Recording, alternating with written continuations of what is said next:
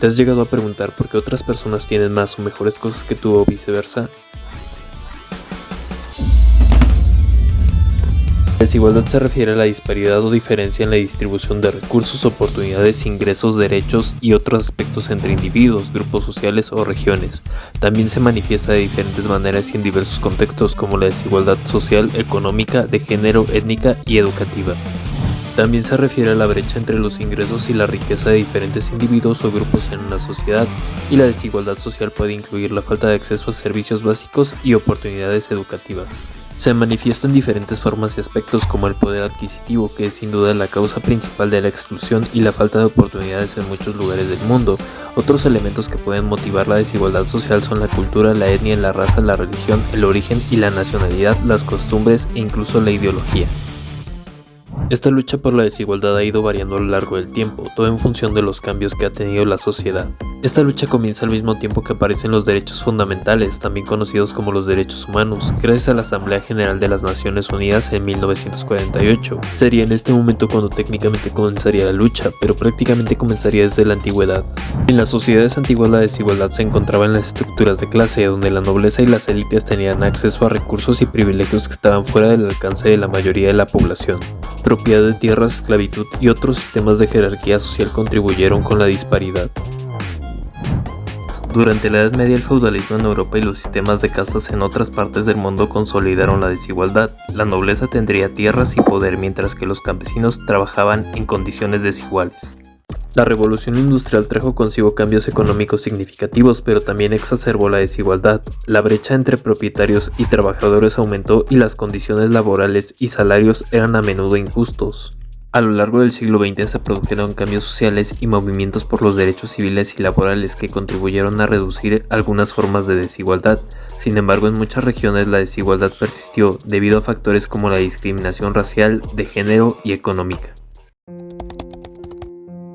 En muchos países africanos persiste la desigualdad debido a la pobreza, conflictos y falta de acceso a recursos. Algunos estados han experimentado un crecimiento económico, pero la distribución equitativa de beneficios sigue siendo un desafío.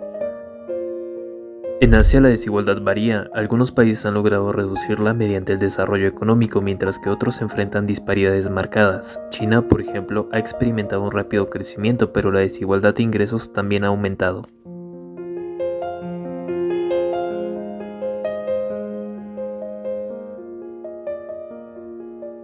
Aunque muchos países europeos tienen sistemas de bienestar que han reducido la desigualdad, algunas naciones enfrentan desafíos como la brecha entre ricos y pobres. Actualmente la Unión Europea busca abordar estas disparidades sin éxito. En Estados Unidos la desigualdad de ingresos ha aumentado en las últimas décadas, con disparidades notables. Canadá también enfrenta desafíos de desigualdad, aunque en menor medida. La desigualdad es un problema persistente en algunos países sudamericanos, con marcadas diferencias en ingresos, tierra y acceso a servicios. Algunos estados han implementado políticas para abordar estas disparidades. Es normal que después de verlo a un nivel global se tenga la duda de cuál de todos los continentes sufre más. No es fácil determinarlo, pues la desigualdad varía significativamente entre los continentes y dentro de los países de cada continente. Es difícil determinar cuál sufre más, esto ya que la desigualdad depende de una serie de factores económicos, sociales y políticos específicos de cada región. Sin embargo, algunos informes sugieren que América Latina ha experimentado altos niveles de desigualdad en comparación con otras regiones, esto debido a la concentración de la riqueza, problemas históricos y estructurales, así como desafíos persistentes en la distribución equitativa de recursos y oportunidades.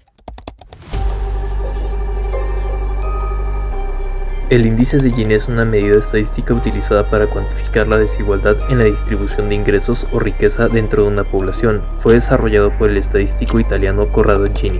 El índice de Gini se expresa como un número entre 0 y 1, donde 0 representa la igualdad perfecta, todos tienen los mismos ingresos o riqueza, y 1 representa la desigualdad extrema, una sola persona posee todos los ingresos o riqueza, mientras que los demás no tienen nada.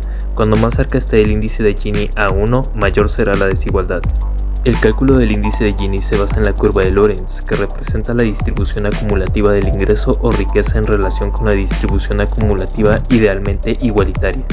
El índice de Gini se obtiene comparando el área entre la curva de Lorenz y la línea de igualdad con el área bajo la línea de igualdad. Cuanto mayor sea el área entre la curva de Lorenz y la línea de igualdad, mayor será el índice de Gini y por lo tanto mayor será la desigualdad. El índice de Gini se utiliza ampliamente en economía y sociología para analizar y comparar la desigualdad entre países, regiones o grupos de población. Un índice de Gini más bajo generalmente se asocia con una distribución más equitativa en ingresos o riqueza. También conocido como entropía de Theil o coeficiente de desigualdad de Theil, es otra medida de desigualdad utilizada en economía y estadística. Fue desarrollado por el economista alemán Henry Theil. A diferencia del índice de Gini, el índice de Theil se basa en el concepto de entropía, que proviene de la teoría de la información. La entropía representa la cantidad de sorpresa o información inesperada en una distribución de probabilidades. En otras palabras, la entropía es una medida de la incertidumbre o el desorden dentro de un sistema. La interpretación del índice de Theil se basa en el concepto de entropía. Cuando T es igual a 0 significa que todos los individuos comparten igualmente la totalidad de ingresos o riqueza, mientras que a medida que T aumenta, indica un aumento en la desigualdad. Cuanto mayor sea el valor de T, mayor será la desigualdad en la distribución de ingresos o riqueza. El índice de Atkinson es otra medida utilizada para evaluar la desigualdad en la distribución del ingreso. Entiendo que para este momento ya te hayas perdido, por lo que daremos un ejemplo en la vida real. Imaginemos un país en el que se desea evaluar la desigualdad en los ingresos de la población. Se recolectan datos sobre los ingresos de diferentes hogares y se desea calcular el índice de Atkinson. Esto para tener una medida de desigualdad que refleje la aversión a la desigualdad en los segmentos más bajos de la distribución. Supongamos que existiera la siguiente distribución de ingresos en unidades monetarias para una población de 5 hogares. Primero se calcula el promedio de los ingresos, que en este caso es igual a 30. Ahora se desea calcular el índice de Atkinson.